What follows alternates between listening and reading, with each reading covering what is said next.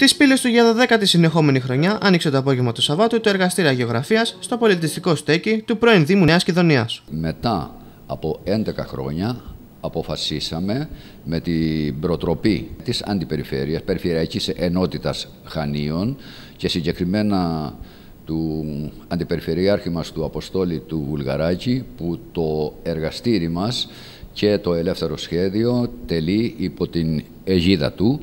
Με την προτροπή του λοιπόν αποφασίσαμε να παρουσιάσουμε όλο το έργο που έχουν κάνει όλοι οι σπουδαστές που έχουν περάσει από εδώ τα τελευταία 11 χρόνια. Το εργαστήριο Αγιογραφίας, που τελεί υπό την αιγίδα της Περιφερειακής Ενότητας Χανίων, είναι ανοιχτό για όλο τον κόσμο, ενώ παράλληλα προσφέρει σε όλους όσους ενδιαφέρονται δωρεάν μαθήματα ελευθέρου σχεδίου εκ του φυσικού. Ξεκινάνε και τα μαθήματα για πρωτοετής, δευτεροετής και τριτοετής.